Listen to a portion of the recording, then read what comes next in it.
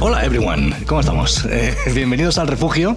Y bueno, pues hoy tenemos, mi nombre es Inocente Duque, soy creador de contenido, no me gusta decir youtuber, pero bueno, tengo un canal de YouTube.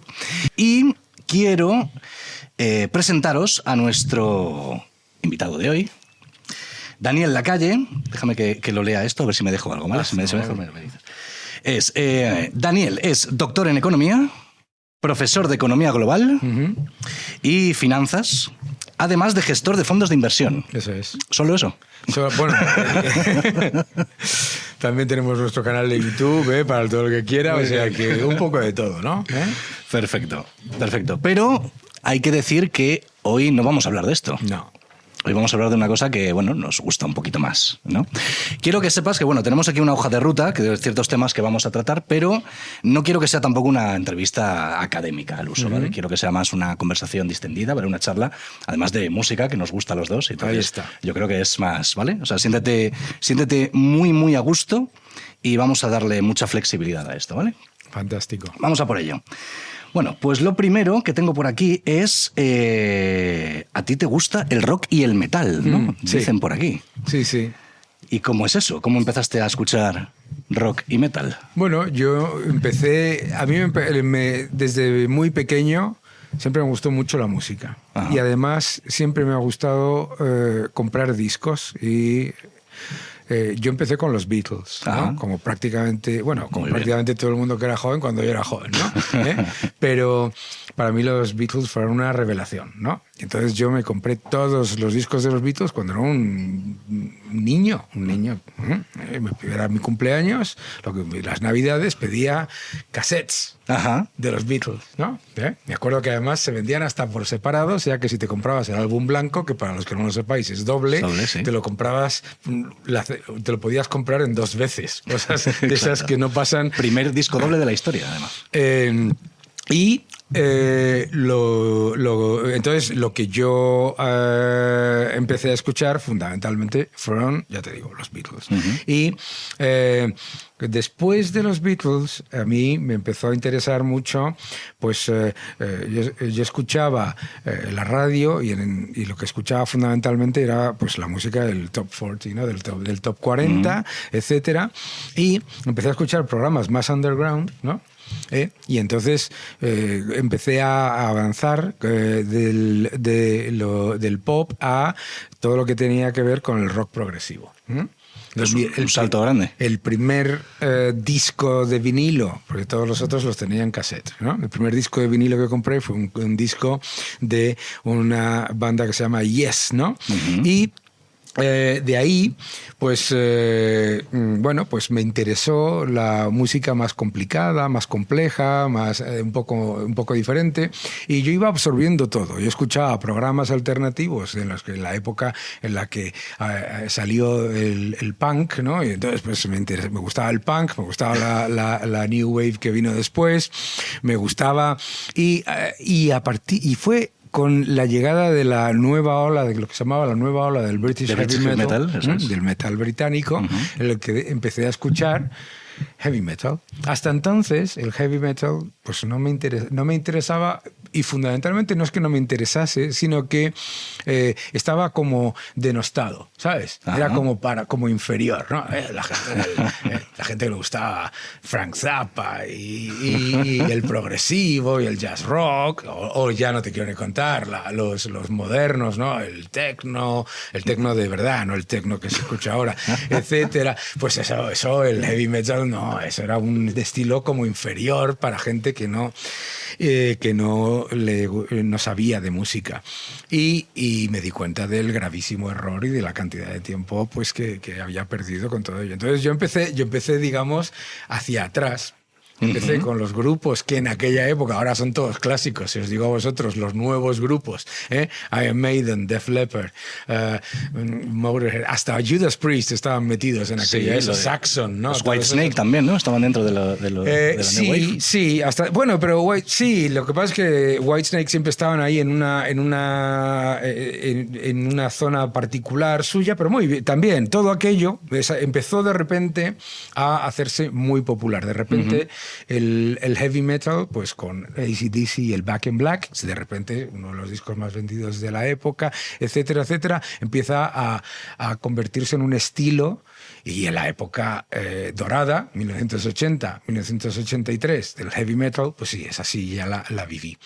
Y entonces, a partir de ahí, ya fui avanzando poco a poco, casi como cuando tienes miedo de meter el pie en la piscina, pues uy, Dios mío, Motorhead es demasiado duro, uy, demasiado duro Slayer, uy, demasiado duro, y así vas, pues digamos, avanzando en un estilo que obviamente pues tiene todo tipo de ramificaciones, ¿no? Yo empecé a escuchar lo que podemos llamar rock duro blando, ¿no? Vale. 1977, el primer disco así que podemos llamar de rock duro que que me compran como regalo es el primer disco de Boston. Una obra maestra. Claro, cualquiera que le digas ahora que eso es rock duro le entra la risa, ¿no? Le parece pues rock clásico, incluso de lo más suave, ¿verdad? Pero en aquel momento eso era rock duro y era lo más duro que escuchabas en la radio con mucha diferencia. Y a través de los grupos norteamericanos de lo que se llama AOR, despectivamente, ¿no? Rock para adultos se llamaba, Claro, ¿por qué se llamaba rock para adultos? Porque vendía muchos discos, ¿no? ¿Vale? Pues de ahí, pues empecé a escuchar distintos estilos. Yo siempre, digamos, he tenido la suerte de acceder a muchos estilos diferentes, con una visión en la que yo iba dándome cuenta que yo compraba muchas revistas de música y claro, pues los críticos, o sea, todo lo que ponían a parir, se puede decir, ¿no? Todo lo que ponían en esto es una porquería, esto es un desastre, no sé qué, luego resulta que era una maravilla. Y el estilo más denostado y más ignorado y más atacado por los críticos es el heavy metal y el AOR, claro. El rock melódico se le llama ahora, ¿no? Yo quería hacerte una pregunta porque cuando hablas de la New Wave, ¿no? De British Heavy Metal, hablas de los Beatles también, ¿no? Del pop, ¿no? Inventores del pop, ¿no? Digamos, de la música popular como tal. El rock incluso, bueno, de la psicodelia que también sale de ahí, ¿no? De Pink Floyd y demás. Todos estos grupos son ingleses. ¿Cómo es posible que, bueno, ya la primera ola, ¿no? digamos, de British Heavy Metal, de Deep Purple, Led Zeppelin, Rainbow y tal, que en realidad más o menos eran los mismos que se iban cambiando de formación, ¿no? Toda esta gente sale de Inglaterra, de una isla. ¿Cómo es posible que de repente explote ese talento musical que había escondido en esa isla? ¿De por qué explota? En una pequeña parte del mundo, prácticamente aislada de lo demás. ¿Cómo puede salir todo este musicón de repente? Bueno, Estados Unidos es un país gigantesco y tiene su propio mercado y no necesita nada del resto del mundo. De hecho, todos estos grupos, Boston, Kansas, Styx, todo esto, ni giran por el resto del mundo. Exactamente igual, porque tienen 250 millones de clientes posibles. Ni Elvis Presley lo hacía. Ni Elvis Presley no viajaba tampoco. Entonces, ¿qué es lo que ocurre? Que como en economía y como en tantas cosas, la escasez y las dificultades generan muchísimo talento y muchísimas oportunidades. Claro, ¿de dónde salen los Beatles? De Liverpool. Por Dios de mi vida, Liverpool en 1962 era un auténtico erial, ¿no? Salen y, claro, saben que se tienen que ir a Hamburgo a tocar, a aprender, etcétera, etcétera. O sea, la dificultad del entorno hace eso. Luego a Inglaterra llegaban todos los discos de blues y resulta que en Inglaterra se valora muchísimo más el blues que en el propio Estados Unidos, porque nos pasa como a nosotros con el flamenco, que los japoneses a lo mejor valoran más el flamenco que nosotros mismos. Entonces empiezan a llegar los discos de blues de Estados Unidos a Reino Unido como tesoros, y gente como John Mayall, como Jeff Beck, Jimmy Page, Eric Clapton, todos estos dioses que conocemos ahora, pues absorben todo eso. Pero claro, si se quedan en las islas, tienen un mercado pequeñísimo. Europa en aquella época no era un mercado. Europa no tenía mercado. Fíjate, leyendas de la música europea como Johnny Hallyday o no sé cuántos, pues lees las cifras que vendían, pues dices, con todos mis respetos, los españoles, no había mercado. Entonces tienen que salir a Estados Unidos. Y claro, ¿cómo tienen que salir a Estados Unidos? Tienen que salir y pasarse de norte a sur, ciudad por ciudad por ciudad, porque Estados Unidos, lo que se llama conquistar Estados Unidos, el mercado norteamericano, es ciudad por ciudad. No puedes llegar como aquí a hacer unos cuantos shows en la televisión en Madrid y ya eres famoso en España. No. Aquí tienes que hacer desde el norte hasta el sur, desde el centro. Entonces, hacían giras por todos lados y esa dificultad y todo ese proceso también les hace absorber muchas más influencias. Y entonces resulta que los que consideramos los grupos absolutamente incuestionables como los más grandes de cada género son grupos que se han recorrido de Canadá a prácticamente Nuevo México 20 veces. Y claro, no como ahora.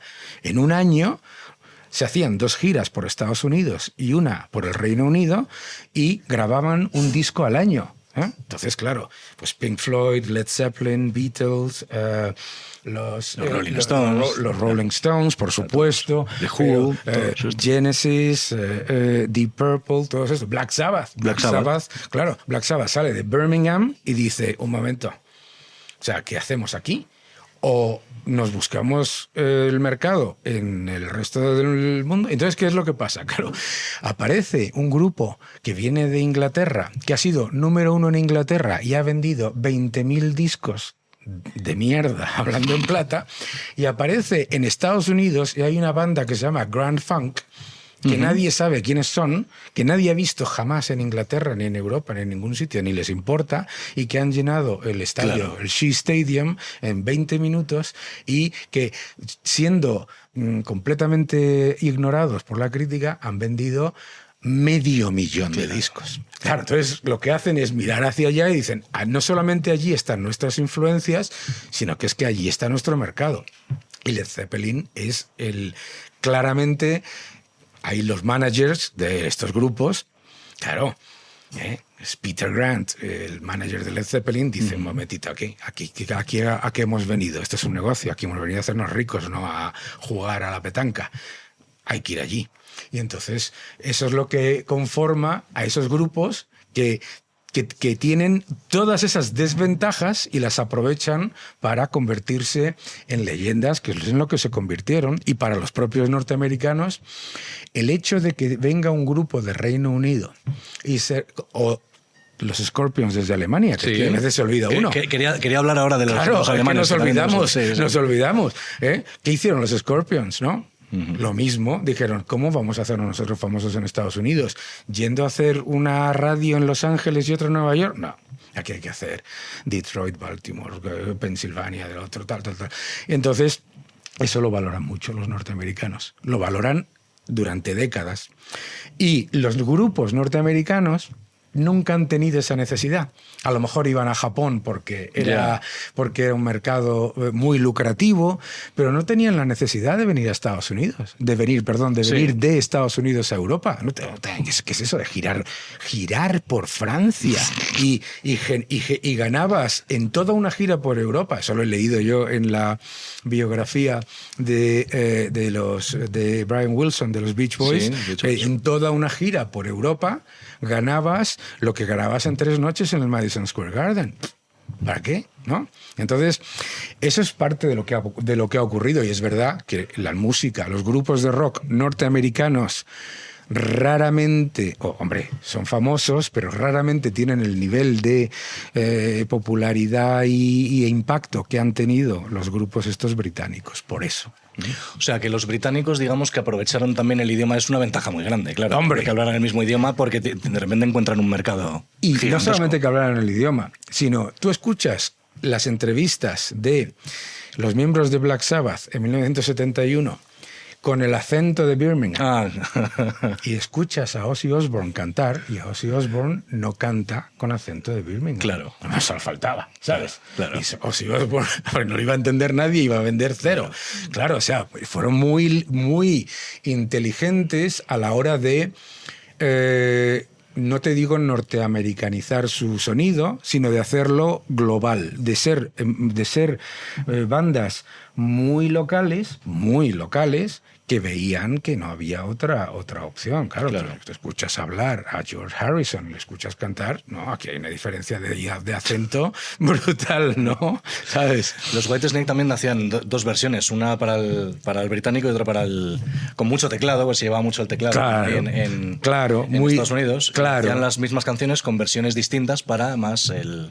David Coverdale, el cantante de Whitesnake, es una persona que vivió el problema del negocio de la música. David Coverdale tiene el chollo de su vida y cuando echan a Ian Gillan de Deep Purple, le contratan a él como cantante, que era literalmente un vendedor de una tienda. Le contratan como cantante en Deep Purple, en aquel momento una de las bandas más populares. Y en el periodo en el que está en Deep Purple, no gana un solo duro. Y aprende rápidamente. ¿Y aprende de quién? De Ritchie Blackmore. Ajá. Claro. ¿Y qué es lo que hace en Whitesnake? Lo mismo. Todos los que están en mi banda, asalariados. Aquí a porcentaje nadie. Y todo el que en el momento en el que dejen de funcionar, fuera. Y bueno, Whitesnake solamente tiene un miembro, ¿no? Sí, de acuerdo. El segundo factor que se dio cuenta es que Whitesnake tiene una primera parte que son discos fundamentalmente de hard rock, blues, muy europeo. Los lanzaban en Estados Unidos, no los compraba nadie, absolutamente nadie. Y entonces aparece el gran factotum de la música que no lo conoce prácticamente nadie, que es un A&R que se llama John Kalodner, y le dice, pero tío, ya con este sonido no vas a vender un disco en Estados Unidos jamás. Entonces lo que tienes que hacer es una versión en la que lo mezcles de manera que esto sea asequible para el mercado norteamericano, que hay un poco más de teclados, que la batería esté mejor producida, que el bajo esté más bajo, que las guitarras estén más fuertes, que un montón de cosas.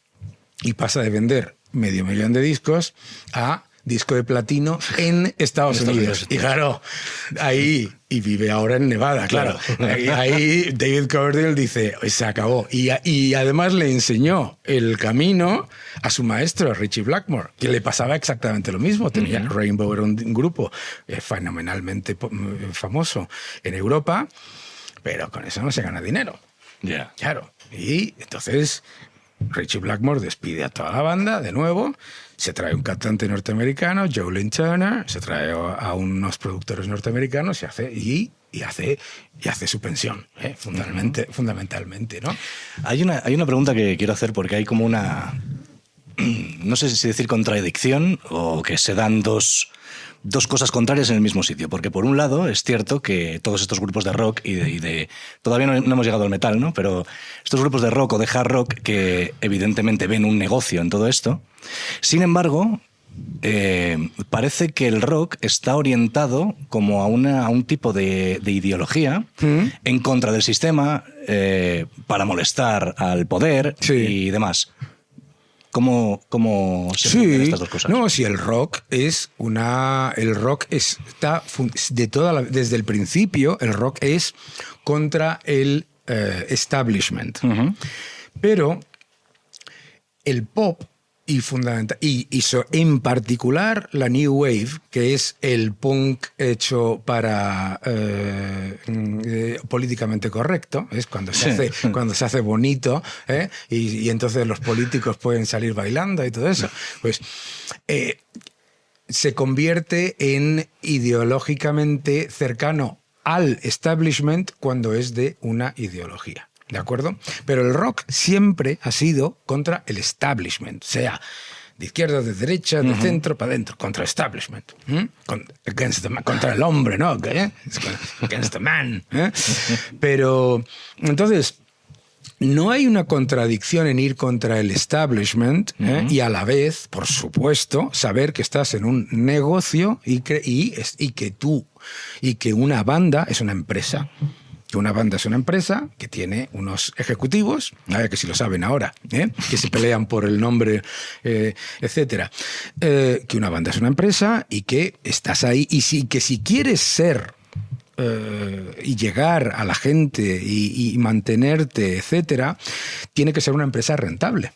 Porque si no es una empresa rentable, entonces eso lo aprenden los grupos norteamericanos inmediatamente. Fíjate qué diferencia entre los grupos norteamericanos, que es Aerosmith, Van Halen, como inmediatamente pim, pam, pam, sí, pam, claro. pam. De hecho, les compone el mismo autor. Todo esto, sí. Inmediatamente todos saben perfectamente que si tú lo que quieres ser es una leyenda del rock, tienes que ser un negocio viable. Sammy Hagar lo dice siempre. Y no hay ninguna contradicción. La contradicción es que te intenten vender la sandez de que el mundo de la música es, entre comillas, anticapitalista. Es lo más capitalista que hay, ¿sabes? Yo escucho al desorientado de Roger Waters decir que es anticapitalista, ¿sabes? ¿Pero qué me estás contando? O sea, un señor que se ha estado peleando en los juzgados con los otros 3 miembros para quedarse con el nombre de Pink Floyd. Un señor que ha intentado evitar vía legal que los otros 3 miembros cobrasen los mismos royalties que él. Un señor que es obviamente multimillonario y que se lo merece, nada de eso, pero que nos intente vender ahora que es anticapitalista, un señor que vive en los Hamptons en una casa de 78 millones de dólares, sabes que está una broma, ¿no? Entonces, yo creo que lo que no es el rock, lo que no es hipócrita. Y tú puedes romper los esquemas de establecidos, morales, de convivencia, etcétera, etcétera, y luchar contra los estereotipos. No solamente es que no solamente es perfectamente compatible con ser una empresa capitalista, sino que es la definición de ser libertario. Que es lo que es el rock. El rock en realidad es libertario. Y todos los que son, intentan jugar el acercarse al poder político, siempre les sale mal, ¿no?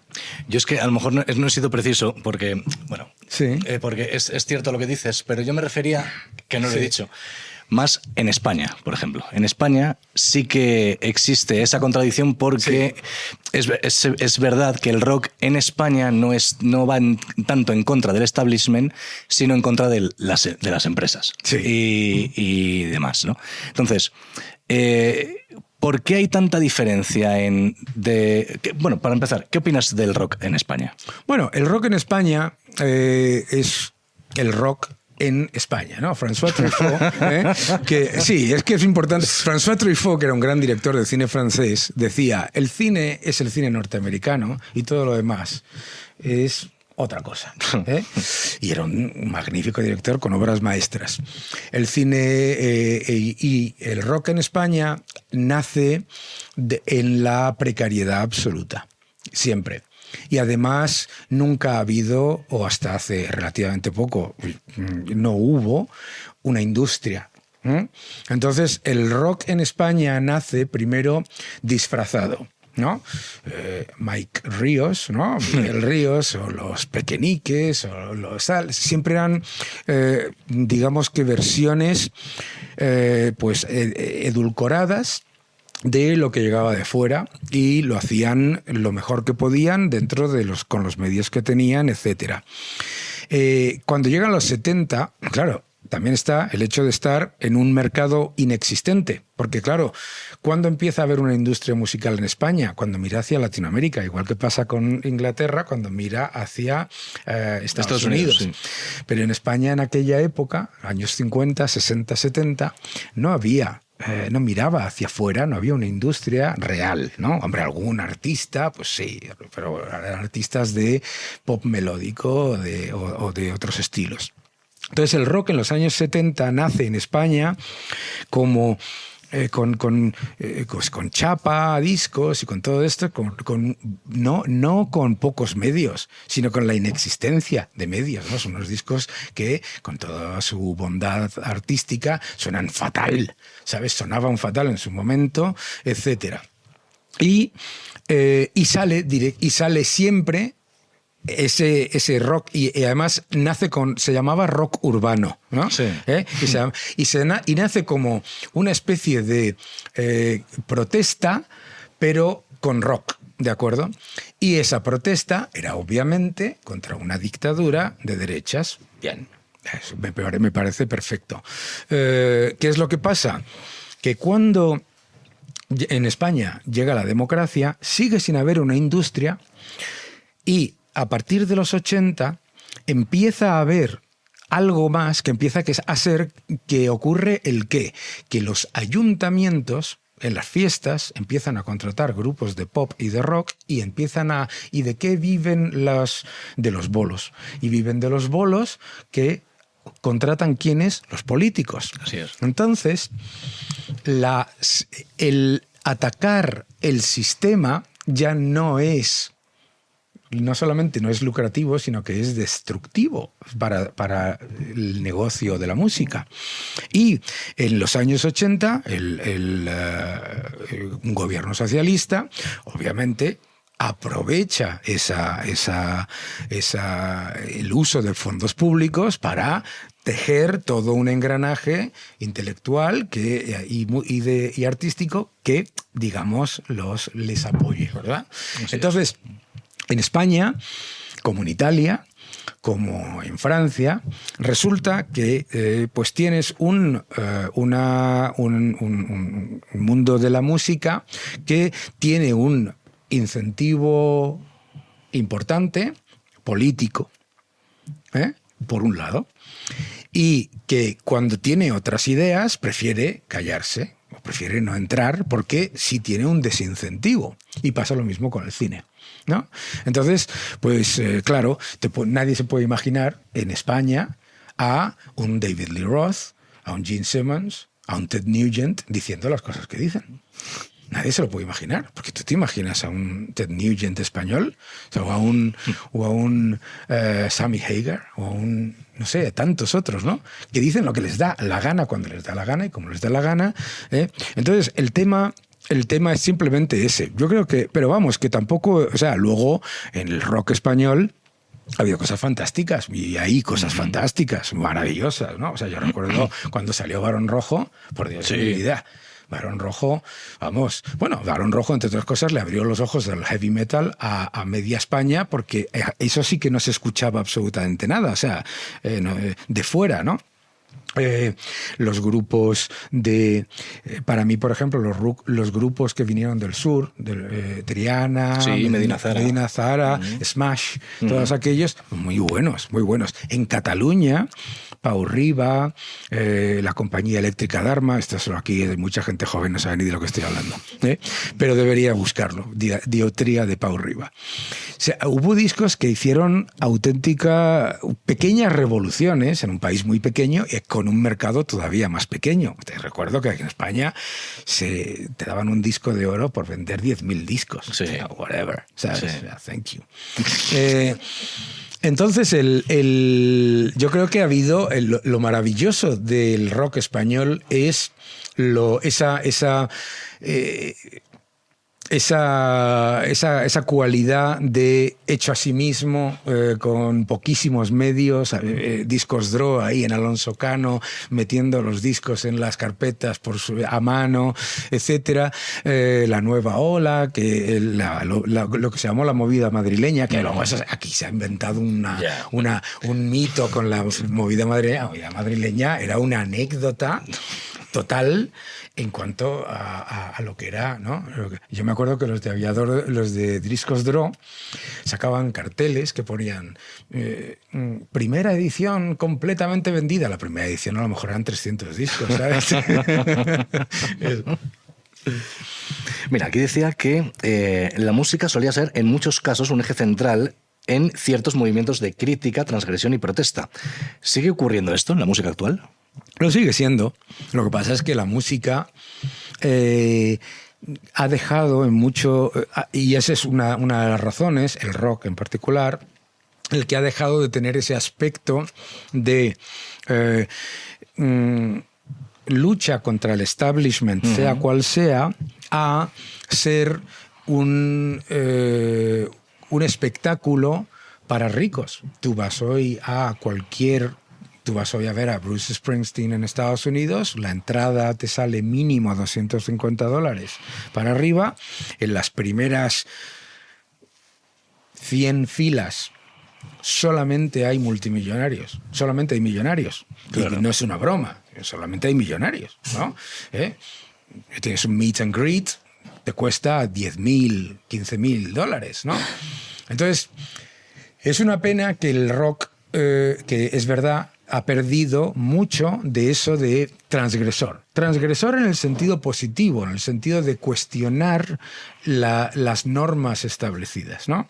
Y que cuando intenta presentarse como transgresor, en realidad lo que se presenta es como adláter ideológico de una opción política establecida. Eso no es el rock, ¿no? El rock es ni tú, ¿no? O sea, yo creo que ha perdido muchas veces lo que era para nosotros, ¿no? Eso de, boom, de repente poner en cuestión todo, ¿no? Y yo creo que eso es parte de la razón por la que pierde muchas veces, por la que muchos de los artistas que salen ahora tienen lo que se llama shelf life, tan poca vida en el armario, ¿no? O sea, que duran muy poco en el imaginario público, ¿no? Que tú ahora mismo piensas en qué es lo que si comprases discos, te vas a comprar un disco, ¿qué piensas? En los grandes éxitos de tal. Es que piénsalo por un momento. Ariana Grande tiene más números 1 en Estados Unidos que los Beatles, pero tú vas a la gente que sigue a Ariana Grande y le dices, dime 10 canciones de Ariana Grande, incluidos esos números 1, y le dices, dime 10 canciones de los Beatles, y de los segundos y te lo dice. O sea, se ha perdido el concepto de icono porque la transgresión, o sea, ser un icono del rock, de la música, es más que tener que vender discos o que tener éxito. Vender discos vende. En España, pues poca gente ha vendido más discos que Mocedades. No pasa nada con ellos, ninguna crítica. Bueno, no me gusta, pero vamos. Pero vamos, nunca me gustó. Pero quiero decirte, poca gente ha vendido más discos que Mocedades en su época.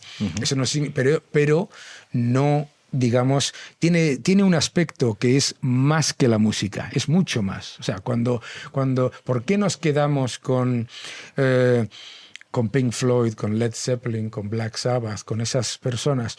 Porque no es solamente la marca, es lo que significa la marca, lo que dice cada uno de los miembros, por qué son importantes los miembros y no son importantes los miembros en las bandas hoy en día. Hoy las bandas pueden cambiar 7 veces de miembro. ¿Por qué escuchas la polémica porque hayan despedido al guitarrista de Motley Crue y no escuchas la polémica porque no es que haya despedido, es que ni sabes quién es el guitarrista de la banda X, ¿no? de ahora? Se ha perdido en muchos casos eso, todo lo adicional a lo que es simplemente escribir música, comercializarla y ponerla con un empaquetamiento, con un embalaje relativamente bonito. Hay digamos, el poder que tiene la música, que es indudable, ¿no? ¿Crees que desde todos los puntos, desde todos los ámbitos, intenta parasitar de alguna forma? Por ejemplo, en España el socialismo, ¿no? O la gente de izquierdas intenta adueñarse del rock, ¿no? De la marca rock, lo que hablábamos antes, ¿no? Y sin embargo, por otro lado, en Estados Unidos, como por el ejemplo que has puesto de Bruce Springsteen, con las primeras 100 filas, que son todos multimillonarios, porque en realidad no es tanto un concierto de Bruce Springsteen, voy a disfrutar de esto, sino es un sitio donde sé que van a venir otros multimillonarios y puedo hacer claro. Amistades. No, y porque también, o sea, vamos, cuando compras una entrada de las 4 primeras filas en un concierto en Reino Unido, en Estados Unidos, sabes, es literalmente, te lo digo porque lo he vivido, ¿Sí? Es literalmente, sabes que te vas a encontrar Claro. con, o sea, es como cuando compras una entrada para la ópera, en cierta manera, que muestras estatus, ¿verdad?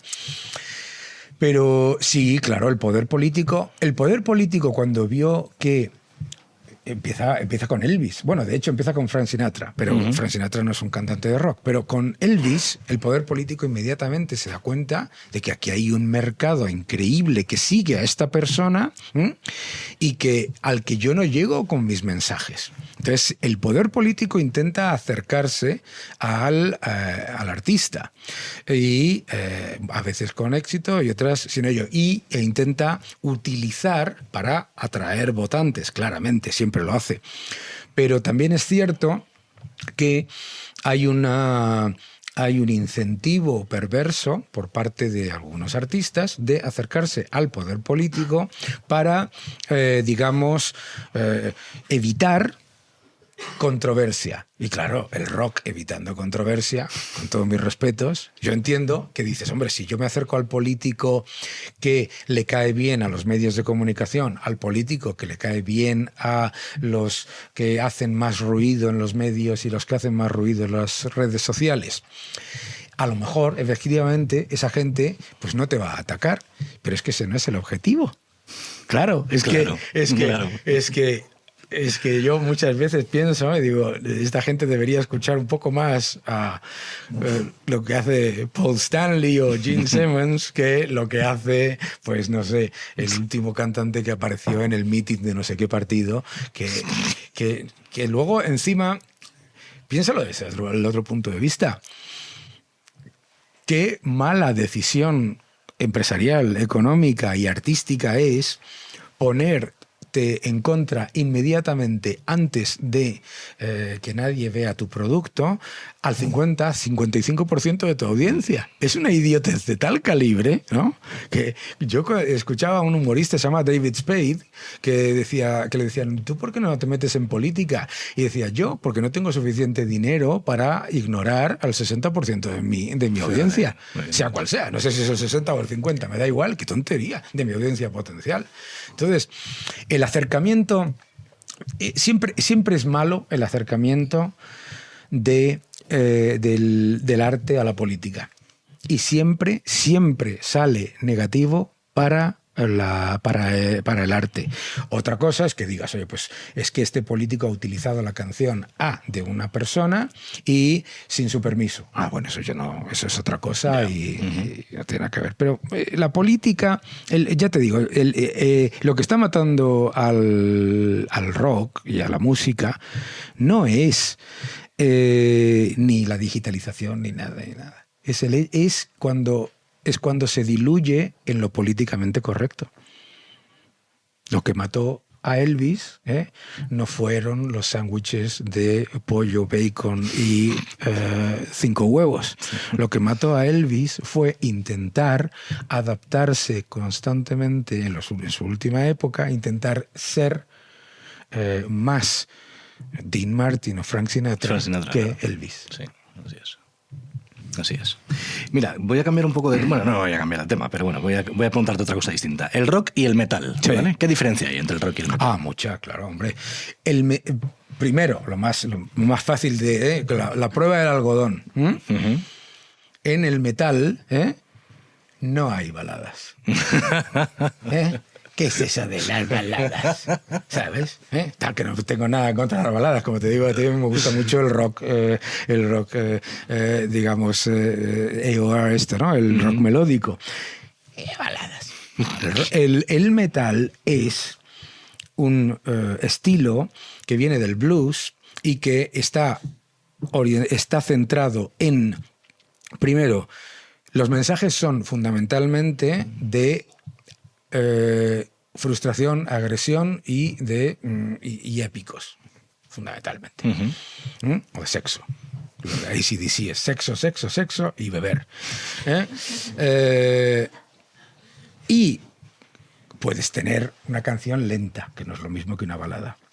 Eso de las baladas no ocurre en el heavy metal, ¿vale? Eso es lo primero. Lo segundo es que el heavy metal es fundamentalmente, está basado en el riff, está basado en el ritmo, en el sonido, y luego la estructura melódica es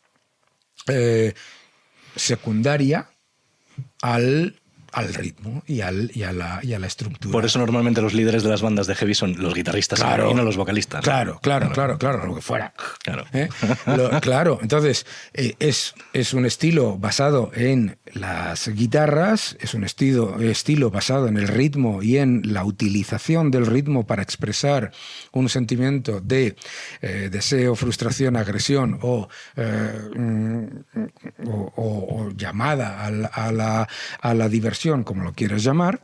Y luego, a partir de ahí, pues puede haber, obviamente, rock duro, melódico y todo eso, pero el heavy metal es de Black Sabbath a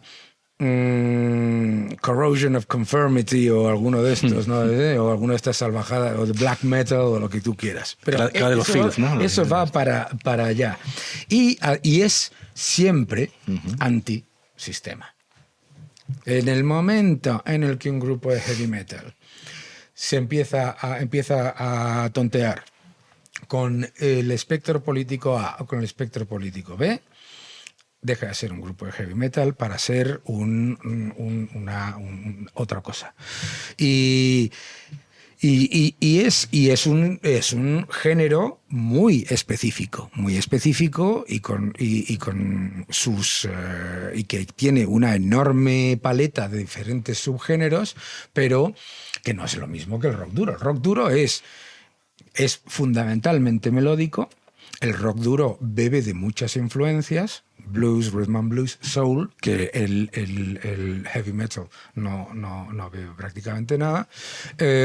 Y luego, pues, y es fundamentalmente más orientado a la melodía y más orientado a un dinamismo diferente, ¿no? Eso es básicamente, ¿no? Yo creo que no hay mucho que decir. Como decía Lemmy Kilmister, que es el heavy metal, cualquier cosa excepto lo que le gusta a usted. Le dijo a una crítico. O sea que era una persona muy simpática. Bueno, también el heavy metal también apunta que la mayoría de los miembros de las bandas, ¿no?, de heavy metal son virtuosos en su instrumento. Bueno, es cierto que mucho. Y quieren mostrarlo, ¿no? Quieren demostrar lo virtuosos que son. La importancia de la instrumentación es claramente un factor importante en el heavy metal, pero por ejemplo el rock progresivo es exactamente igual y no tiene nada que ver con el heavy metal. Es un insufrible tema de 25 minutos de Van der Graaf Generator, están también mostrándote lo bien que tocan, y dices, por favor, que se acabe esto, ¿sabes? Y estoy hablando de un grupo que me gusta para que para los que escuchan, pero lo importante no solamente es eso, sino transmitir una emoción primaria. La emoción en el heavy metal es primaria, va a los sentimientos más primarios, ¿no?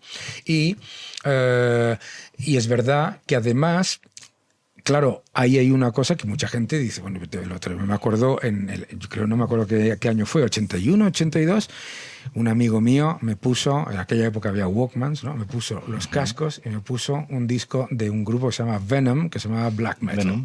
Venom, ¿no? Sí. Bueno, por Dios de mi vida. Yo digo, ¿qué es esto? Por Dios de mi vida, esto es una cacofonía imposible de entender, ¿no? Yo todavía al día de hoy, el death metal, el black metal, me cuesta, no es que me cueste, me cuesta muchísimo. Pero es verdad que la gente que lo aprecia entiende que en toda esa cacofonía hay unos arreglos extremadamente complejos y todo eso. Y es interesante cuando conoces músicos de música clásica y compositores de música clásica, cómo escuchan, parece increíble, pero eso me pasó a mí, escuchan a Slayer y dicen, oye, aquí hay, esto no son cuatro locos Claro. dándole patadas al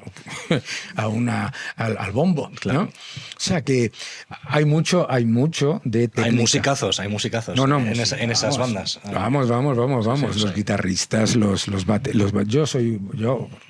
me acuerdo. Yo, por ejemplo, Slipknot, la primera vez que los vi, dije, ¿qué clase de aberración es esto, no? Pero claro, yo pensé, ¿qué pensaría? Pero es un producto muy bien hecho, Slipknot. Que sí está bien hecho, por eso te lo digo. Claro. Yo pensé, ¿qué pensaría en 1974 alguien que escuchase a Kiss? Eso es. Lo mismo. Y digo, pues vamos a darle un poquito de capacidad, vamos a darle un poco de tiempo, porque es que hay que darle tiempo. Claro, igual que al rock progresivo, igual que al jazz rock, a los estilos más complicados. Y yo me quedé completamente alucinado con un clip de el batería de Slipknot, Joey Jordison. Dije, Dios, por Dios de mi vida. O sea, me gusta, vamos, yo no podía creerme eso, ¿no? Y a partir de ahí, pues vas entendiéndolo. Pero claro, hay que ponerle ganas, ¿eh? Claro, porque... No es inmediato. Porque no entra como entra el pop, a lo mejor. No, claro, el pop... Claro. Se escucha de otra forma distinta. El pop tiene, que es maravilloso, pero porque, o sea, el pop tiene una estructura, un libro maravilloso de Godley and Cream de cómo se escribe un éxito de pop, y que hay una serie, y tiene unas estructuras maravillosas. Yo soy un gran fan, por ejemplo, de los Beach Boys, pero el objetivo fundamental es en 2 minutos y medio, atraer y hacer que quieras escucharlo de nuevo y tal. El coro es muy importante, etcétera, la melodía, todo eso, maravilloso. Nada en contra, todo lo contrario. Pero eso no es el heavy metal. No, claro. El heavy metal no está ahí para que tú entres a la primera, ¿no? Pasa lo mismo con el jazz, en el fondo. Igual que el jazz. Claro. El jazz Igual que el jazz. se escucha de otra forma, ¿no? Claro. Es una música que el espectador tiene que poner de su parte, ¿no? Claro. Entonces, para saber disfrutar y entender las reglas. Claro. Entonces, igual que los expertos en jazz aborrecen el jazz, el smooth jazz, ¿no? Pues Pat Metheny o este tipo de cosas, o George Benson, o este tipo de, o 4Play, o estas cosas. Pues lo que pasa muchas veces es que hay estilos que son más melódicos, que te ayudan a entrar, si estás interesado, en estilos más complicados. Yo jamás hubiera escuchado a Iron Maiden si no hubiese escuchado antes pues a Van Halen o a Def Leppard, en particular a Def Leppard. Yo probablemente a lo mejor, porque te da como, ¿sabes? Dices, ¿no? Es complicado. Sí, no, yo soy muy fan del Def Leppard. De hecho, ese disco tiene mucha influencia de Def Leppard. Vamos, hiper fan de Def Leppard.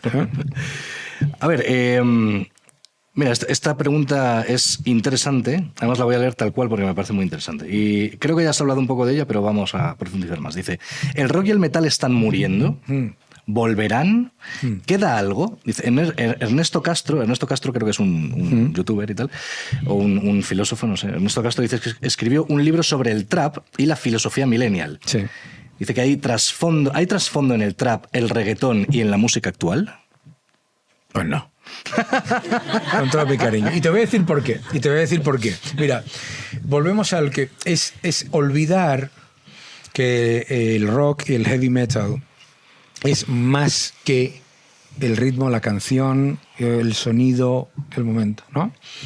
En el momento en el que un estilo hace 2 cosas, ¿no? La primera es que pone de incógnito al artista. Y segundo, convierte el sonido en tan inmediato que pasa de moda muy rápidamente.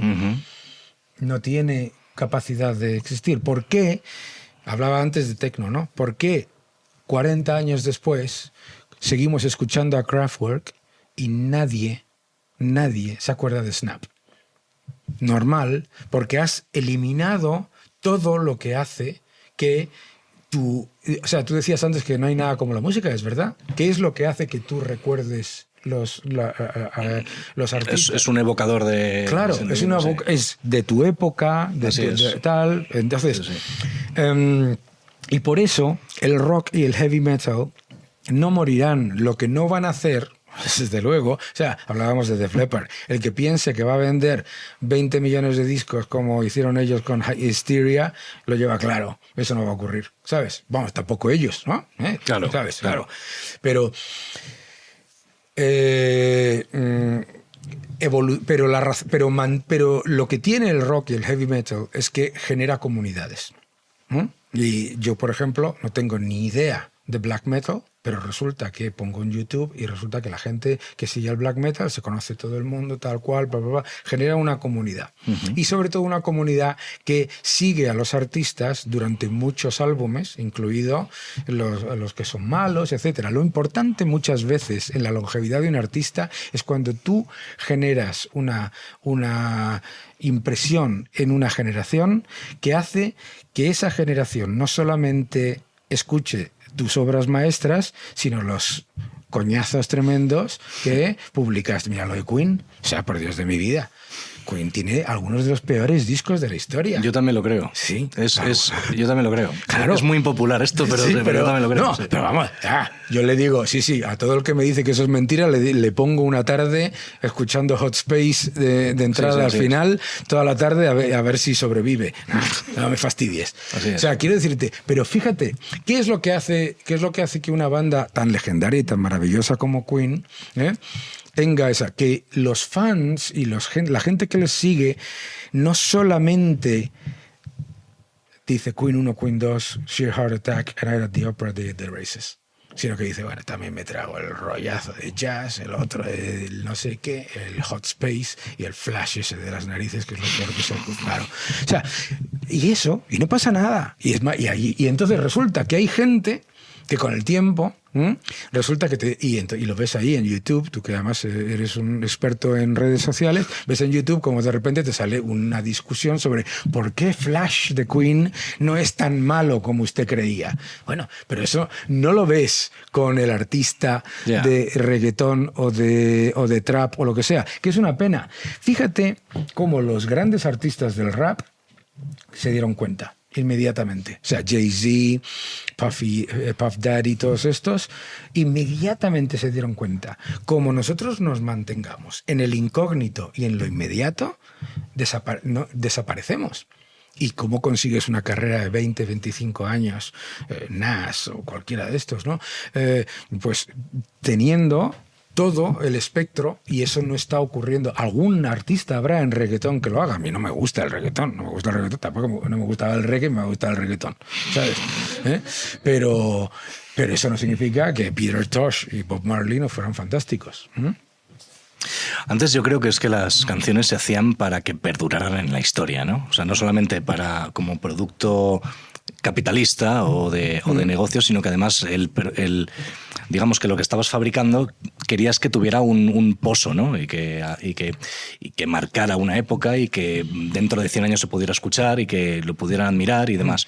Y hoy en día parece que las canciones que se hacen son de usar y tirar, ¿no? O sea, lo hago rápidamente porque sé que pasado mañana se va a olvidar esta canción. Entonces, ¿para qué currármelo mucho, ¿no? O sea, claro. Si en el fondo mañana... Además es que también... ¿Crees que las redes sociales, internet y demás han tenido que ver Yo creo que con eso? No, porque tú ves, por ejemplo, artistas que tienen un seguimiento de culto brutal, ¿no? Como King Diamond, ¿no? Y todo eso. Ni aparecen ni nada y tal y cual. Y ellos van a su lío. ¿Te gusta? No pasa nada. ¿No te gusta? No pasa absolutamente nada. El problema es cuando tú... Es muy sencillo. Si tú le pasaba a los grupos, en los grupos de rock tradicional, llegan a los años 80 y hay dos, Genesis y Yes, que consiguen lo inimaginable, que es pasar de ser un grupo de rock progresivo a un grupo de pop que vende muchos discos y genera muchos singles, ¿vale? Pero esos son dos. Si tú te metes en esa rueda, inmediatamente, por la propia definición del pop, que es maravillosa, la propia definición del pop es que no es longevo. ¿Cómo va a ser longevo si el objetivo es vender singles en aquella época? Ahora visitas en YouTube. Entonces, claramente ya estás renunciando a la longevidad. ¿por qué estos grupos? Yo Pero creo que con los Beatles no pasa eso. ¿Qué? Con los Beatles no pasa eso. Porque los Beatles fueron el primer grupo igual que los Beach Boys, hicieron una cosa muy diferente, que es que ellos efectivamente hacían pop, pero siempre con el objetivo de testar los límites, ¿sabes? De cambiar, ¿sabes? Iban a la vanguardia Claro, de la época. claro. ¿Por qué disco recuerda al mundo ahora mismo de los Beach Boys? Pet Sounds. Pet Sounds fue el que menos vendió de todos los discos de los Beach Boys en su momento. Lo mismo con los Beatles. Además, o sea, tenías una combinación de capacidad de generar melodías fácilmente reconocibles con una experimentación que no se le ocurre a nadie. Claro. Piensa que esos discos se grabaron en menos de 10 años, esos discos, y que se grababan de manera que hoy nos parecería una locura. O sea, meter una orquesta ahí era todo complicadísimo. Entonces, en realidad, los Beatles son el primer grupo de rock progresivo de la historia. Uh-huh. Y eso es Sgt. Pepper's, todo eso, etc. Pero claro, eso es uno en 1.000.000, ¿de acuerdo?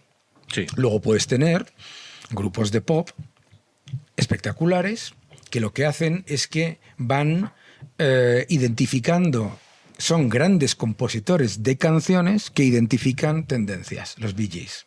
Espectacular, increíble, ¿no? O sea, Barry Gibb, que es un genio poco conocido, una persona que 50 años haciendo números 1 por todos los lados y producía una canción para otro, números 1, todo eso, pero esos son excepciones. O sea, en el pop, Björn Ulvaeus y Benny Andersson son una excepción, no son una norma. Cuando a la gente le dicen, no, preséntate a Eurovisión, que de ahí salió ABBA. Eso son ABBA, ¿no? Claro, no, sí. Le tienes que decir, no te presentes a Eurovisión, que lo único que ha salido de ahí ha sido ABBA. Esa es ¿entiendes? Claro. O sea, en vez de entender que ABBA es una, vamos, no una anomalía, es la anomalía del pop. Y que en el pop en general tú vas a tener artistas con muy poca longevidad.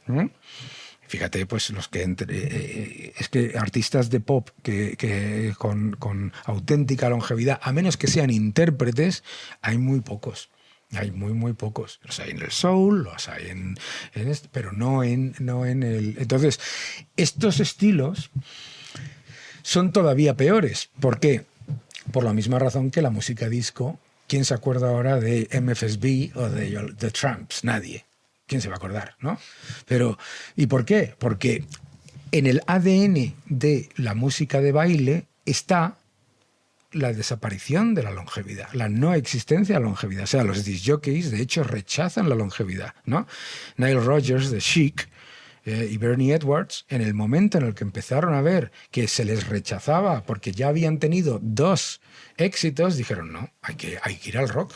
Tenemos que producir a Duran Duran, tenemos que producir a Robert Palmer, tenemos que producir a Tina Turner, hay que ir al rock, porque en el funk y en el disco estamos muertos. Y así se convirtieron en productores de éxitos multimillonarios durante décadas. La música de baile casi nunca prácticamente nunca genera longevidad por la propia naturaleza del estilo, que es que es un estilo para bailarlo, y no para escucharlo. No hay nadie, bueno, alguno hay, que se siente y dice, me voy a escuchar el tercer álbum de Juan Lambán, con todo mi cariño, de Maluma.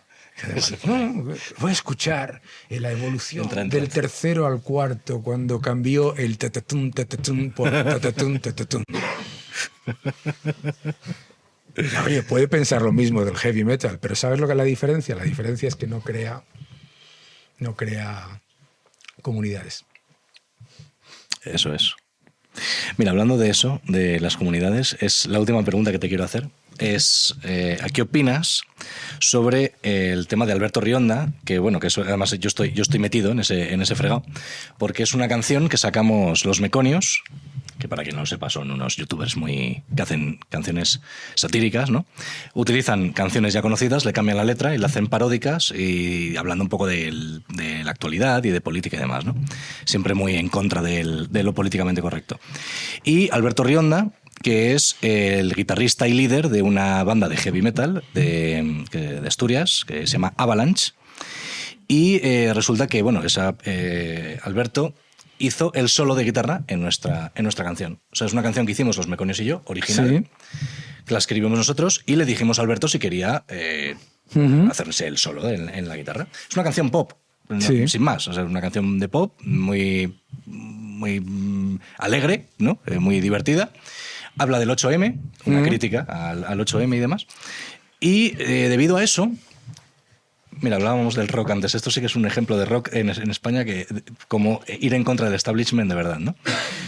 Resulta que dentro del circuito donde se maneja Alberto Rionda con Avalanche, ¿no? El sello discográfico comparte, el sello discográfico donde está, comparte con otros grupos de música. Entre ellos uno que se llama Lujuria. ¿Vale? Lujuria es un grupo de música de heavy o de rock de España, ¿no? Pues el cantante también es miembro de Comisiones Obreras.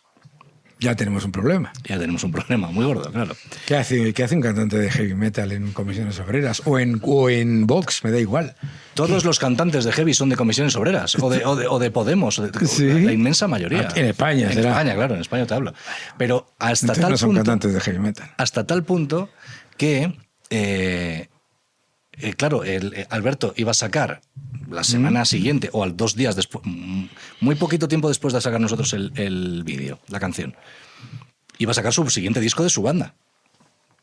Bueno, pues 2 de sus miembros le dijeron que cómo ha hecho eso, cómo ha participado en esta canción, que atenta contra los derechos humanos, que va en contra de todas las mujeres, que dice, pero ¿qué me estáis contando? El hombre el cantante de Lujuria, empezó a llenar las redes sociales de no hay que ir al concierto de este hombre, mira lo que ha hecho, para mí es el último café que me tomo con él, era mi amigo y ya no sé. Digo, pero ¿esto qué se está armando aquí de repente? ¿De qué va esto? Bueno, se armó tan parda, no para mí, porque a mí me da igual, en el fondo yo no estoy dentro del mundillo del heavy y tal, pero Alberto, que es mi amigo, sí. Y llegó hasta el tal punto de que le amenazaron con disolver la banda. Pero bueno. Y le dijeron, tienes que salir en un comunicado en YouTube o en redes sociales que se vea diciendo que tú no tenías ni idea de dónde te estabas metiendo, que te han engañado, que tú no piensas así y que tú no podías hacer esa colaboración y tal. Y le dije yo, mira, tío, si tú tienes algún tipo de contrato con tu sello discográfico de que te prohíbe hacer colaboraciones con otras personas, entonces sí tienen razón. Pero porque tendrán exclusividad tuya. Pero yo te he visto a ti hacer colaboraciones con más gente. Entonces tú puedes hacer colaboraciones y dices, sí, yo puedo hacer lo que me dé la gana. Digo, ¿y qué te están chantajeando para que tal? Y así lo tuvo que hacer. Bueno, lo hizo un comunicado, pero no como le dijeron. Y efectivamente, al no cumplir con sus exigencias, no solo no se ha disuelto la banda, sino que los conciertos que han dado y la gira los han llenado más todavía por la polémica. Bueno, pero es que yo eso me acuerdo cuando Neil Schon, el guitarrista de Journey, decía Jonathan Cain, el teclista de Journey, su mujer es una persona muy cercana a Donald Trump, ¿no? ¿Vale? Y entonces a él le intentaron cancelar por eso, porque su mujer es una persona muy cercana, ¿no? Él nunca ha dicho absolutamente nada de esto, de política. Pero alguien en esa vergonzosa tendencia que se llama políticamente correcto y es la cancelación y la ignominia, es una vergüenza total, es anticultura, anti todo, ¿de acuerdo? Esta gente, estos del woke, pues entonces deciden ir a por una persona. ¿Y qué es lo que pasa? Pues empiezan a atacar por todos los lados y se genera el efecto boomerang. Y se genera el efecto boomerang y resulta, claro, y decía él, every time I hear one of these critics, I laugh my way to the bank. Me río de camino al banco. Porque primero le dieron una publicidad primero que él no estaba buscando, que nunca se había metido en política, y segundo, estaba generando la reacción que genera siempre en estas cosas, que la gente dice, pero bueno, tu público dice, pero bueno, ¿quién es usted para cancelar, para... Oiga, yo en los años 80 jamás en mi vida se me ocurrió criticar, no criticar, podía criticarlo, no comprarlo, para eso así es como critico yo, los discos de Cortatu o de me acuerdo que hubo una polémica con las Vulpes, ¿qué pasa en las Vulpes? Por Dios, nadie se acuerda, pero ¿qué pasa? Que estamos locos, ¿no? Esto que llaman políticamente correcto es la destrucción de la libertad. O sea, lo que es literalmente el fascismo que esas personas dicen que luchan contra él. Porque lo que están haciendo es implementar políticas e implementar medidas fascistas, que es la de forzar la autocensura, llevar a la cancelación, intentar la destrucción de carácter, porque una persona hace un solo de guitarra en una canción. Pero es que fíjate que lo que tú me has dado la introducción diciendo que no pasaba nada, como si pasase. Como si pasase, claro. O sea, como si pasase. ¿Qué narices tiene que ver? Yo no tengo ni idea de qué es lujuria, pero casualmente sí sé que es Avalanche y algo de música sí sé. O sea que también, ¿sabes? Así es. Entonces, y luego la otra cosa que yo veo en todo esto es, siempre que he visto uno de estos ataques que se llaman woke, de censura fascista, que es lo que es, que la gente recuerde que, como decía Churchill, en un campo de maravillosas vacas los que hacen ruido son los grillos.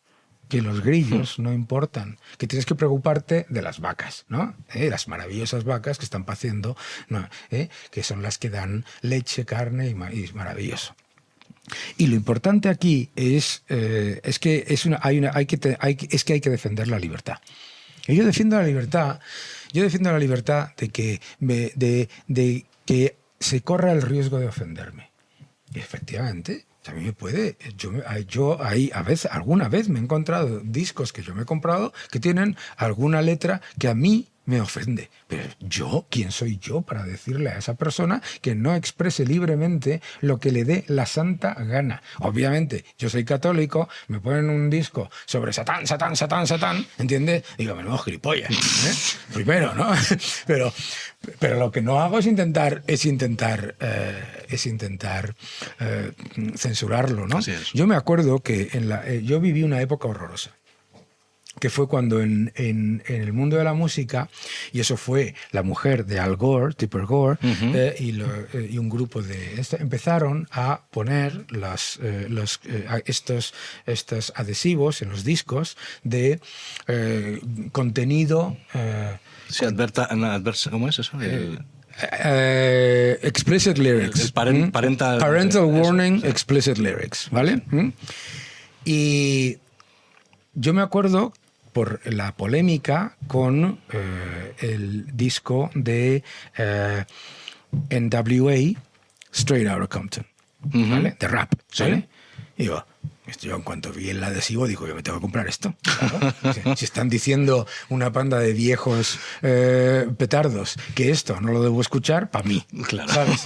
Y si me están diciendo que Avalanche no sé qué, me voy a ir a Spotify a ver qué es Avalanche, y con todos mis respetos, pues probablemente ni se me ocurra ir por el tío que se dedica a cancelar, a insultar y a censurar.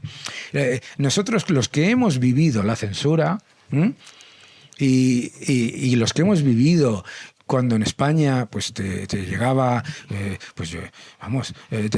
no te llegaban las cosas con cuentagotas, etcétera, etcétera. Lo que queremos es libertad. Y queremos libertad, efectivamente, también usted, pues sí, usted haga una canción en la que diga lo contrario, ¿no?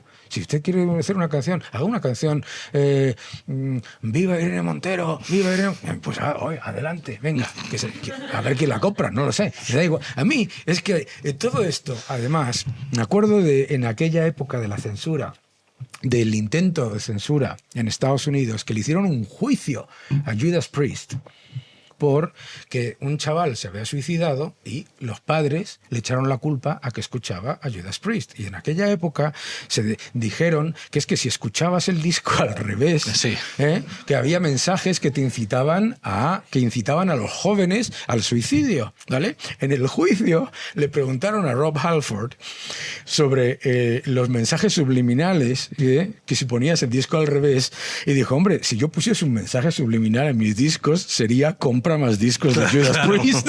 Claro, no, suicídate. No tengo el más mínimo interés en que mi público se suicide, ¿no? Mira, es que hemos vivido una época en la que se decía que Kiss era caballeros al servicio de Satán, sí, Knights in Satan Service, en la que se decía que AC/DC era contra Cristo, Antichrist, Devil Comes, ¿vale? Gilipolleces. Es que estas estupideces que os estoy diciendo, no sé, pero ojo, es que aquí se intentó prohibir a la Electric Light Orchestra, que no hay nada que pueda ser más, o sea, aquí se le llama la ELO, que es una cosa que parece como si es la del pueblo, ¿no? Se les intentó prohibir porque tenían también mensajes secretos. Hicieron un disco que se llamaba Mensajes Secretos también. Los Rolling son sus satánicas majestades. Lo mismo, sí, o sea, pero piénsalo, al final, ¿qué es lo que se está intentando hacer?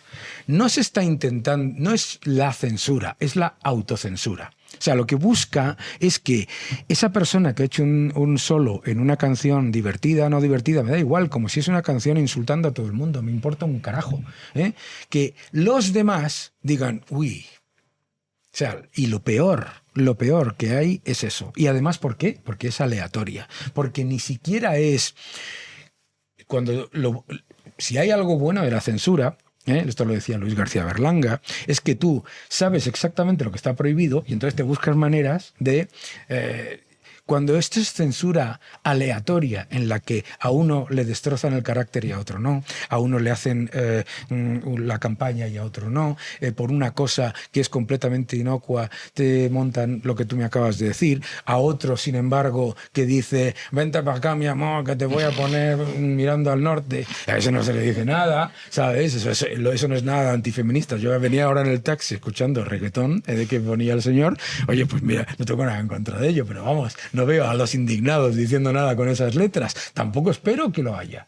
O sea, yo lo que no quiero es que haya cortapisas a la libertad. Y los que hemos vivido cuando las ha habido, le tenemos que recordar a la gente que hay que defender la libertad todos los días, porque los que intentan destrozarla no paran. Y le daría un mensaje, no sé ni quién es, no sé qué es lujuria y ni me importa, pero le diría una cosa a ese señor.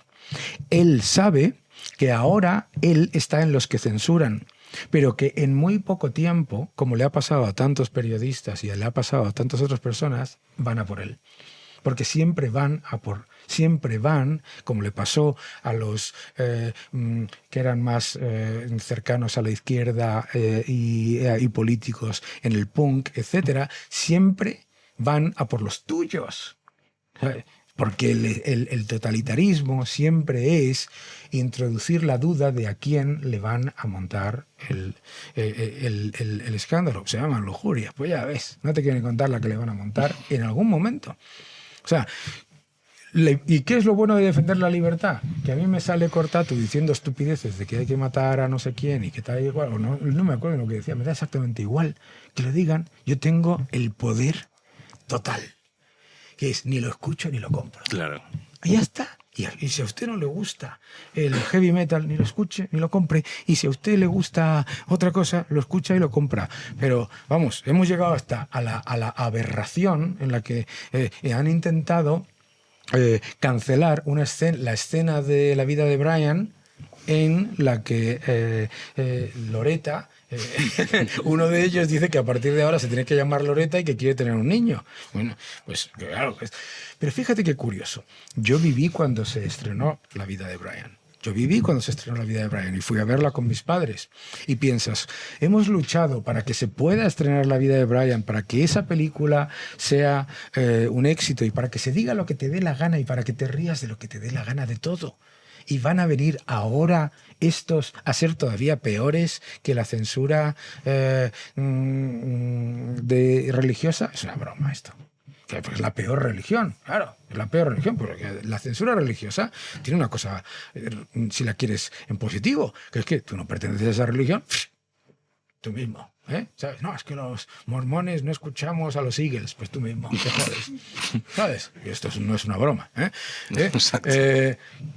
Pero la censura esta no solamente es la destrucción de la libertad y de la creación, sino que además siempre se vuelve en contra de los que la implementan. Siempre, porque van a por ellos después. Que eso que lo sepa este señor, que seguro que es una persona muy talentosa y que Lujuria es un grupo fantástico, no tengo ni idea, pero que lo sepa que él va detrás.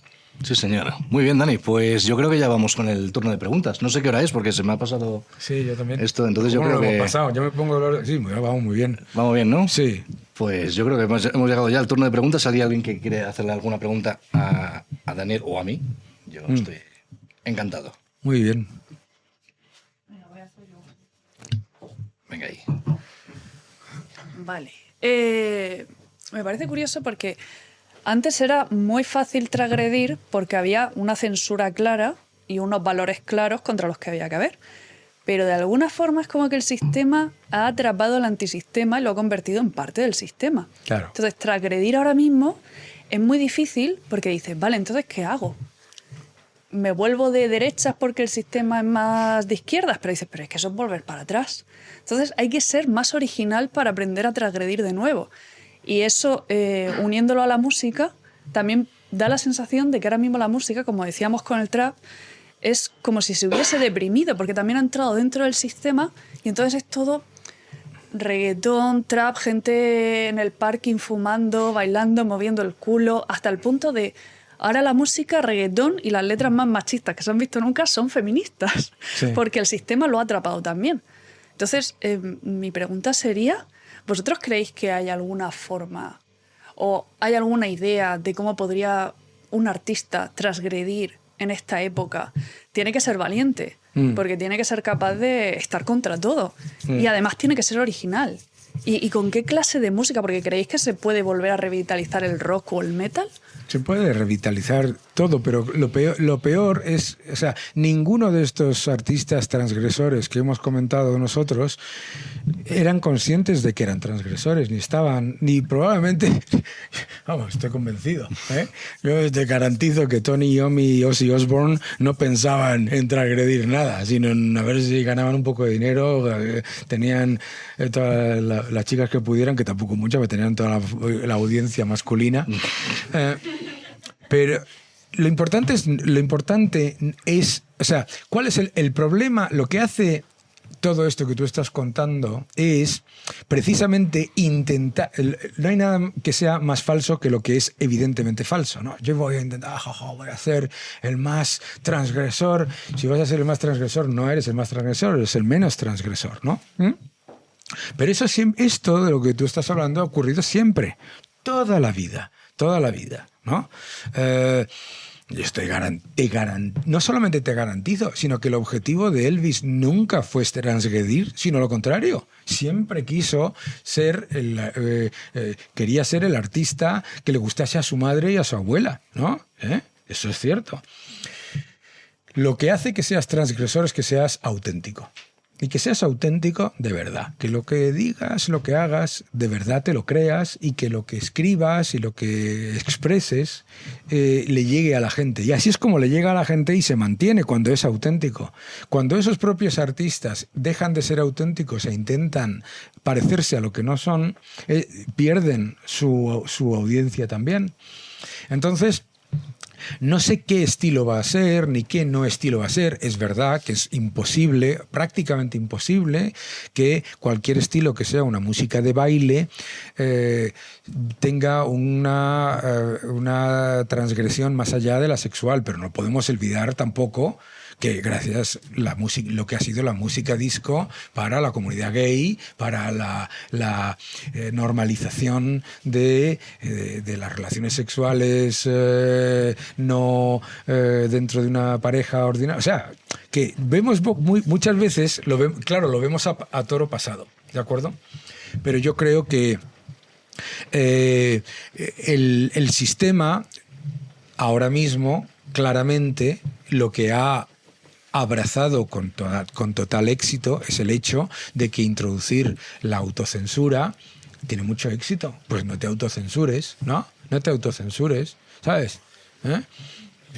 Y ocurrirá, seguro.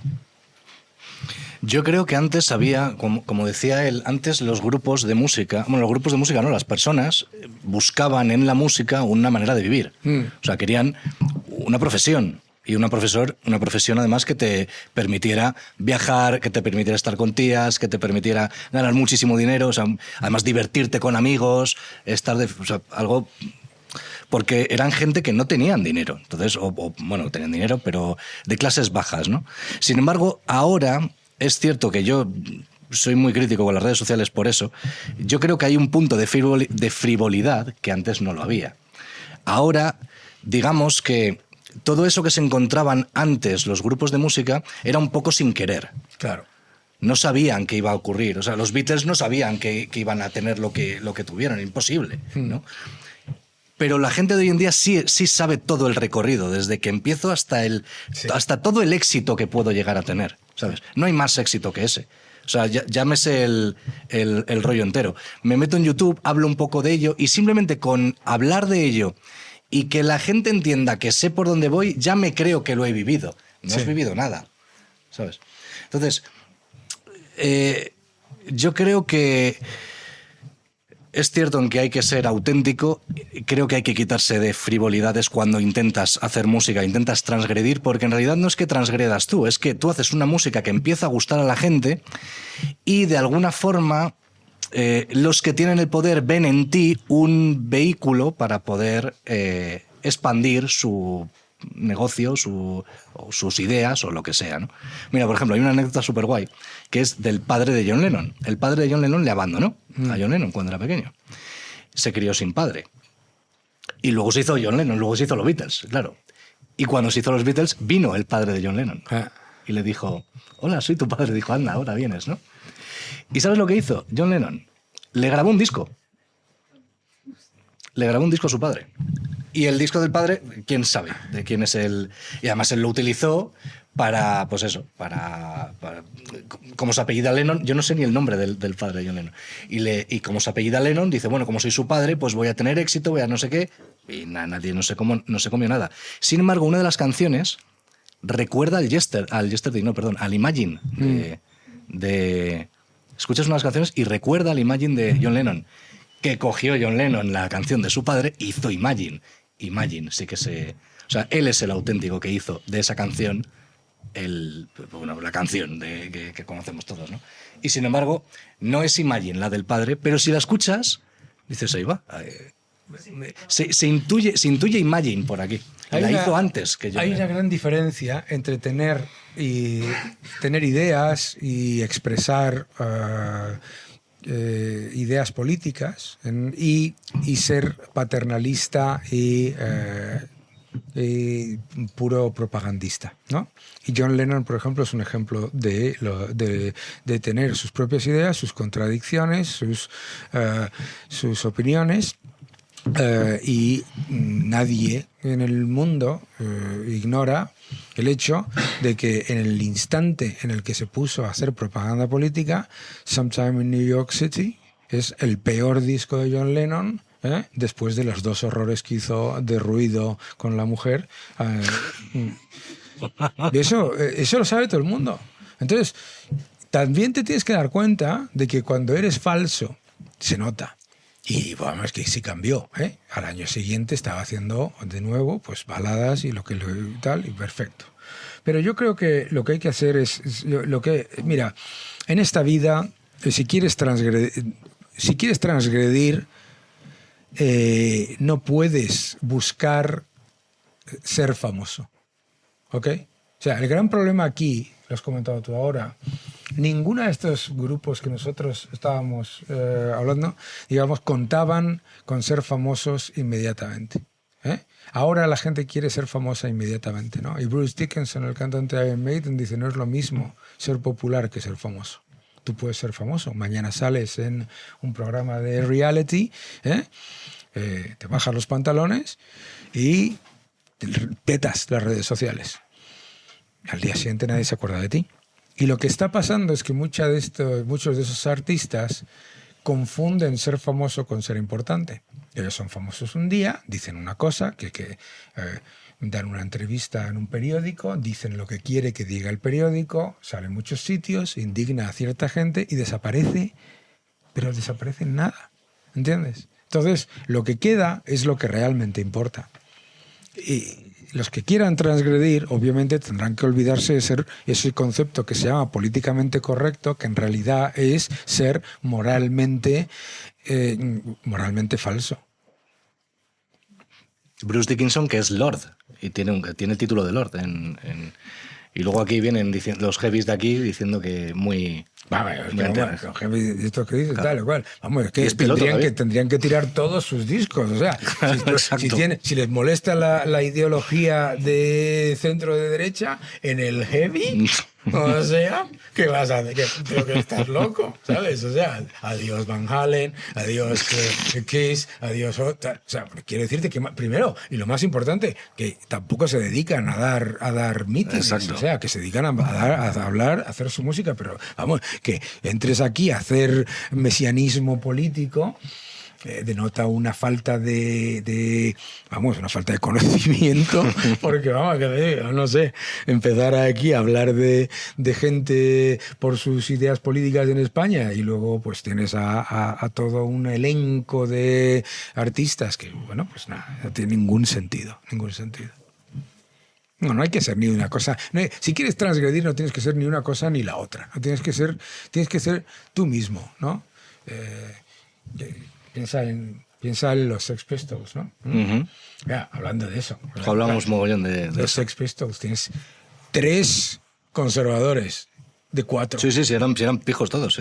3, macho. O sea, tú escuchas el programa de radio que tiene Steve Jones y dices, madre mía, por Dios, sí. Este tío no es precisamente, ¿sabes? O sea, que si quieres transgredir, o sea, no se trata de ofender al que es fácil de ofender. Es fácil ir y decir, el Papa, los fachas, no, eso es fácil, y además extremadamente cómodo. No, tú ve contra el poder que hay, el de verdad, ¿no? Y ya verás. Eso es. En eso estamos, ¿eh? En eso estáis. En eso estamos. ¿Alguien más? ¿Preguntas? Una. Venga ahí. Acércate por ahí.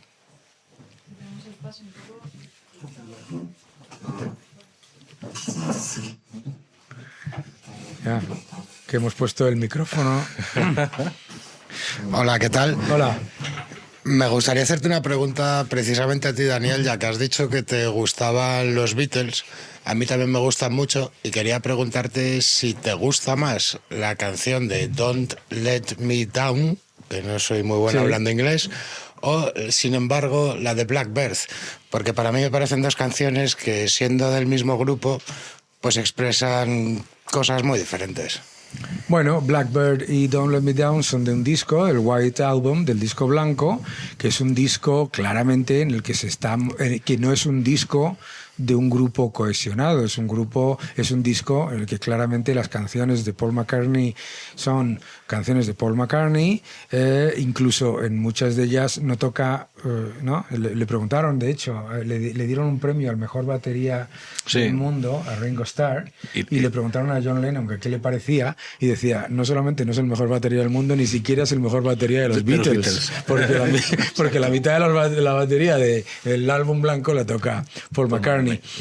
Es que John Lennon tenía muy mala leche, porque Ringo Starr es un grandísimo batería. El álbum blanco es un álbum que es maravilloso precisamente por esas contradicciones y por esos cambios de estilo, y porque tienes Blackbird y Everybody's Got Something to Hide Except Me and My Monkey, tienes Helter Skelter y Sexy Sadie, tienes muchísimas, y es un disco muy especial que muestra por qué los Beatles son geniales y por qué eran únicos.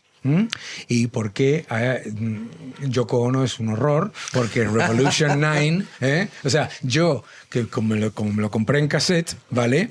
Pensé que estaba estropeada la cassette cuando me tocó escuchar Revolution 9, la madre que los trajo, y encima, como estaba ese horror hasta al menos un par de años después, nunca escuché Good Night, ¿vale? Los que sepáis el álbum blanco es maravilloso, pero lo que muestra es la versatilidad y la diferencia de talento. Don't Let Me Down es una canción estupenda, y Blackbird es una absoluta genialidad.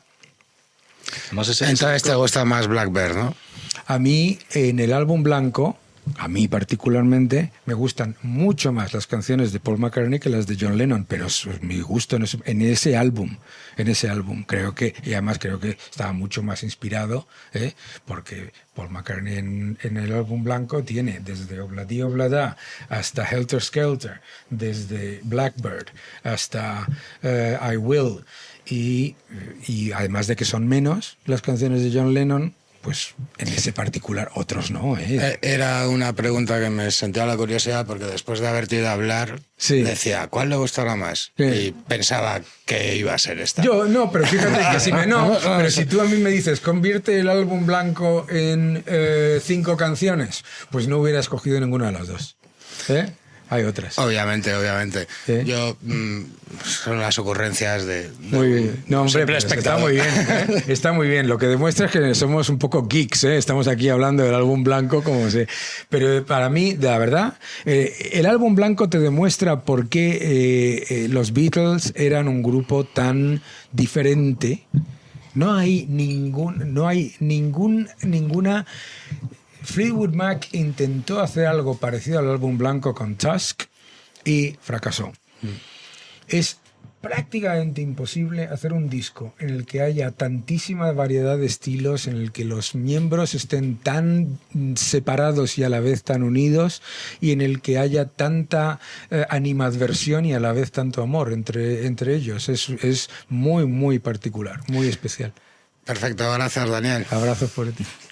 Es que ese disco fue el primer disco que hicieron después de que dejaran de tocar en directo. Porque como no se escuchaban... No. Ya en Revolver no tocaban en directo. Las canciones de Revolver sí la tocaron. No. Sí, Paperback Writer y tal, y estas sí que es las tocaron. En el año 66 ya dejaron de tocar en directo. Sgt. Pepper's, Magical Mystery Tour... O sea, digamos que el White Album fue el disco que únicamente de estudio, para que solamente fuera en estudio, para que no fuera a tratar luego, o sea, para que no, sí, para pero no tocar después en directo. Ellos ya dejaron de tocar en directo en el año 66, si no me equivoco, Revolver, Magical Mystery Tour, Yellow Submarine, Sgt. Pepper's, el álbum blanco Come Together, y Abbey Road, y obviamente Let It Be, pero bueno, efectivamente es un disco. Es un disco que demuestra que lo que estaban haciendo los Beatles en aquella época era no solamente romper barreras en el mundo del pop y del rock, porque la primera canción de heavy metal que... Sí, Helter Skelter. Sí. Pero no solamente eso, sino que en la forma de grabar discos. A nadie se le ocurría en el año 69 hacer un disco que tiene toda esa diversidad de cosas completamente distintas, ¿no? Como es el álbum blanco, igual que no sé, y es completamente lo contrario a lo que era Sgt. Pepper's. O sea que los Beatles es que son algo espectacular, Sí, espectacular. sí, no hay nada, como no hay nada. La No hay gente nada. habla de Pink Floyd, que es maravilloso, ¿no? Los Pink Floyd salen de los Beatles, de hecho. Los Sí, Pink de- Floyd de son la- totalmente Beatles, Claro, son totalmente Beatles. totalmente No hay ninguna duda, ni lo niegan ellos, ¿no? Claro, claro. Obviamente. Pero yo creo que sí, que es que la música... es que en aquella época había también otro factor que era muy importante, que era, hablabas tú, que era el de la polinización entre los distintos artistas, ¿no? Ujú. O sea, Paul McCartney escucha Pet Sounds y dice, yo voy a hacer Sgt. Pepper's, ¿no? Sí, así es. Brian Wilson Se volvió loco cuando escuchó. Básicamente empieza a tomar el LSD, empiezan los problemas, ¿eh? Pero lo que quiero decir es que no era... Otra cosa que pasa ahora, que no pasaba en aquella época, era que los estilos eran maleables, ¿sabes? Que los estilos eran maleables. Entonces la gente del Sgt. Pepper's pues sale In the Court of the Crimson King de King Crimson, sale muchas otras cosas, tal cual. Entonces no había como esa digamos, compartimentalización de los estilos. Esto es tal, ¿no? Ya. ¿Eh? Esto es tal y solamente puede ser tal, ¿no? Y fíjate, y de hecho demuestra esa época, desde Revolver hasta Let It Be de los Beatles, demuestra que a pesar de que es literalmente casi la película de la destrucción de un grupo a cámara lenta, como esas 4 personas eran absolutamente necesarias, porque después, en solitario, ninguno ni siquiera se acercó a los niveles de grandeza que consiguieron juntos, con todas las cosas maravillosas que hizo John Lennon, que hizo George Harrison, que hizo Paul McCartney, incluso Ringo Starr, que fue el primero que tuvo un número 1 de todos los Beatles en solitario. Sí, señor. Ringo Starr, un crack. Sí, señor. Así que, pues eso, los Beatles. Estábamos aquí hablando de los Beatles, ¿no? Muy bien. Bueno, los Beatles es algo maravilloso. Podríamos hacer otro podcast de los Beatles. Podríamos hacer un podcast de los Beatles. Sí, sí. Podríamos hacer un podcast de los peores discos de los Beatles, ¿no? Sí. ¿Más preguntas? ¿Tenéis más preguntas? ¿Algún comentario? Ah, ya está. Nos hemos ido de tiempo. Ah, sí. Bueno, Muy bien. hemos estado a gusto. ¿Has estado a gusto, Dani? Muy a gusto, fíjate. ¿Cómo que a gusto? Casi nos quedamos aquí a vivir. Muchas gracias. Gracias, Dani. Un fuerte abrazo. Mil gracias a ti. Y muchas gracias por tu disco. Un placer.